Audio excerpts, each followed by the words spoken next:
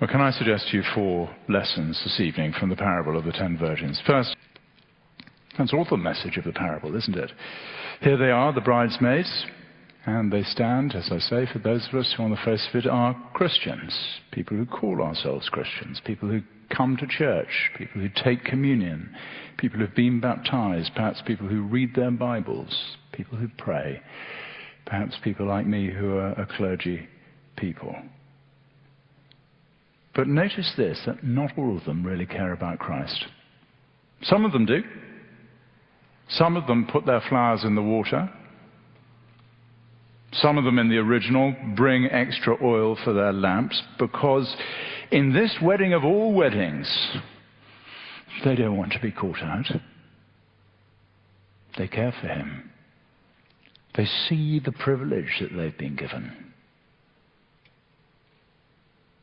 And yet some of them don't. Careless. Foolish.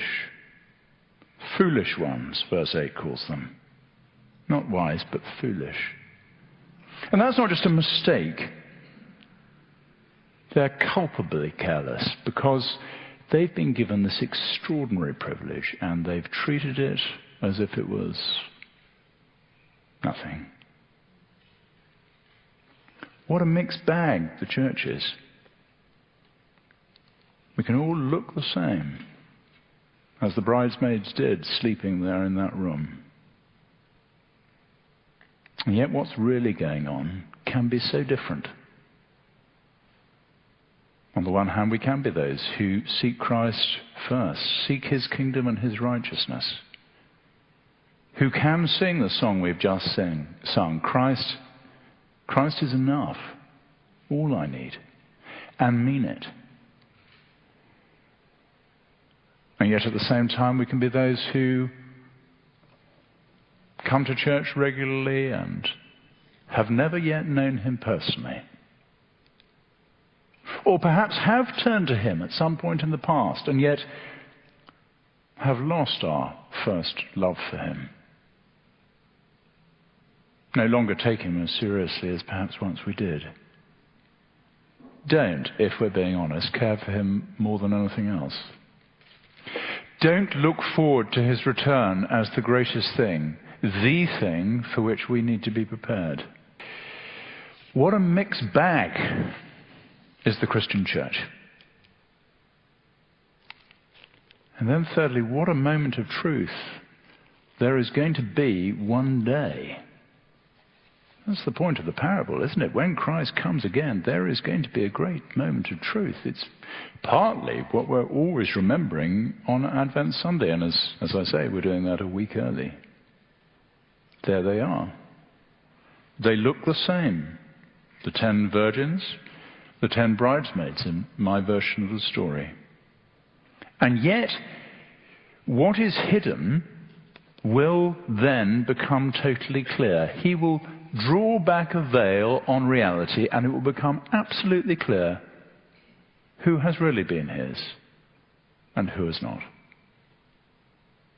Who has been living as one longing for his coming, prepared for it, and who has been careless about his coming, unprepared. What a moment of truth there's going to be one day. I remember myself years ago having some very, very important exams, and for one reason or another, perhaps you've had an experience like this in your life, for one reason or another I came to them totally unprepared. They were very important exams, and as I sat down to do them, I knew that they would be a disaster. It was a terrible feeling. And it is nothing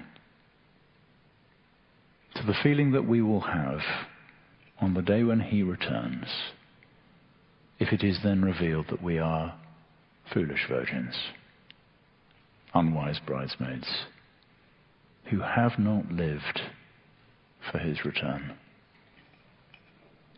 And then finally, what a personal rejection there's going to be on that day. See, I think people are often shocked by this as they read the parable. Christ should say such personally rejecting things. Verse 12, He replied, I tell you the truth, I don't know you. People think it's unfair. Oh, it's a mistake. Surely he should have been more generous. Allow them in. Let them just slip into the limousines or the carriages. Does it really matter? But that's to miss both the point the parable is making about these foolish bridesmaids and to miss the point of the wedding feast. See, the feast is for those who care above all things for the bridegroom.